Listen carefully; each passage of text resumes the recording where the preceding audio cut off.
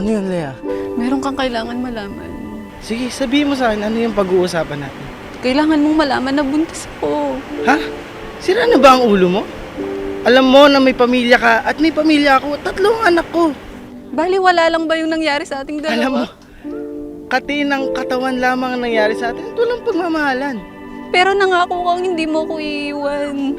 Hindi mo ako pwedeng idamay sa katangahan mo, Lea. Alam mo, nagpakasaya lang tayo. Ayoko na sa'yo. Niloko mo ko. Ayoko na.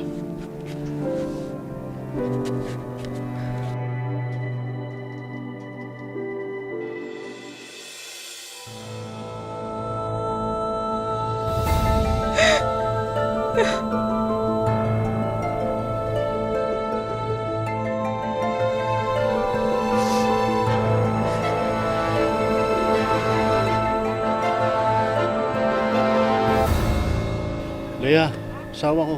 Ba't di ka pumunta sa airport? Alam mo naman uuwi ako eh. Wala na akong mukhang mayarap sa'yo. May kasalanan ako sa'yo. Napakalaki ng kasalanan ko sa'yo. Ano yun? Buntis ako at hindi ikaw yung ama. Puntis ka? Sana mapatawad mo ako. Jerome, Patawarin mo rin ako, Lea. Bago pa lang tayo ikasal.